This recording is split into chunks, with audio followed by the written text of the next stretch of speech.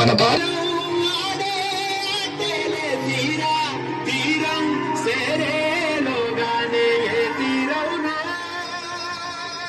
నమస్కారం మాస్టారు. పిల్లలు, ఈ ప్రశ్నకి మీలో ఎవరు సమాధానం ఇస్తారు? నేను చెప్తాను మాస్టారు. భీమరావు, ఆగిపో. నువ్వు ఆ బల్లాన్ని తాకితే దాని వెనకాల ఉన్న మా భోజనం మైలైపోతుంది. నువ్వు కూర్చో. నువ్వు వెళ్ళి రాయి భీమరావు.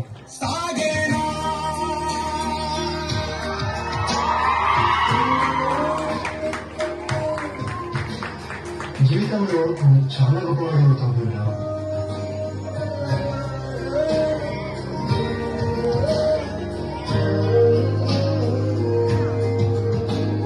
నీ వల్ల మా భోజనం మైలైపోయింది. ఇది కూడా నువ్వు పెట్టలేదు.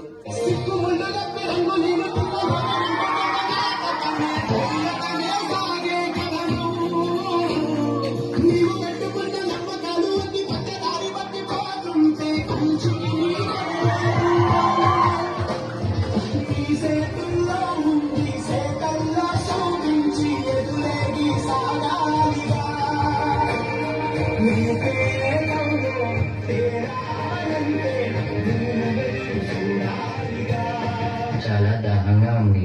తాగడానికి మంచినీళ్ళు ఇస్తారా? నీలాంటి వాళ్ళకి అదిగో ఆ మురికి నీళ్ళే, వెళ్ళి తాగు.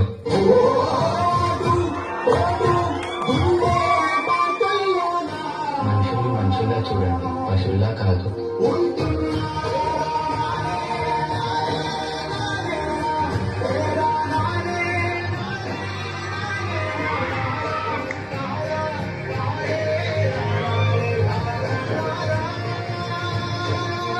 నువ్వు ఎవరికీ తలవంచకూడదు. నీ చదువు నీ మార్గం కావాలి. విజ్ఞానమే నీ ధనం కావాలి. నీ వాళ్ళ కోసం నువ్వు ఒక దీపంలా నిలవాలి. నీ కృషి, పట్టుదల, దీక్ష మన భారతానికి రాజ్యాంగం కావాలి. ఇప్పటి నుంచి నీ ఇంటి పేరు నా ఇంటి పేరు అవ్వాలి. అందరూ నిన్ను అంబేద్కర్ అని పిలవాలి. సరేనా భీమరావు?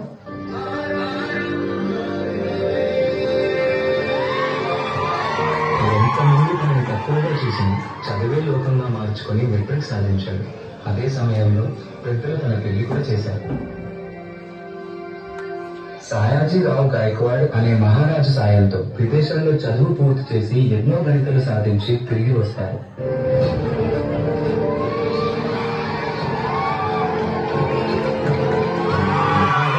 సంవత్సరాలు వచ్చి నాకు చెప్పులు మారలేదు, నా భక్తులు మారలేదు. ఎలాగైనా నా తల్లాతలు నాచే దేవుడు నువ్వే కావాలి బాబా.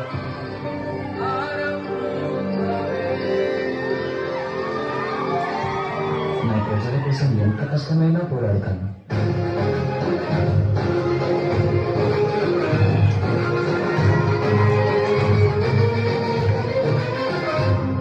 భారత రాజ్యాంగం యొక్క మూసాయుధ కమిటీ అధ్యక్షుడిగా మిమ్మల్ని ఎన్నుకోవడం మాకు చాలా సంతోషంగా ఉంది.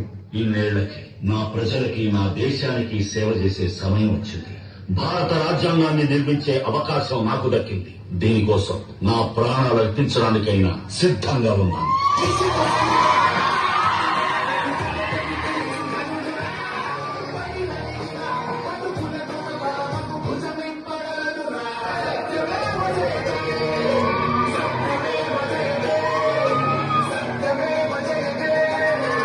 అంబేద్కర్ ని ఒక ప్రాంతానికో, ఒక కులానికో, ఒక మతానికో పరిమితం చేయలేము. ఎందుకంటే ప్రతి భారతీయుడి గుండెపై చెరగని ముద్ర వేసిన మహనీయుడు ఆయన. అందరి కలలు కన్నది ఆయన కలం. బడుగుల కోసం ధ్వనించింది ఆయన గళం. భారతదేశంలో రాజ్యాంగం ఉన్నంత వరకు ఆయన మన మధ్య బతికే ఉంటాడు.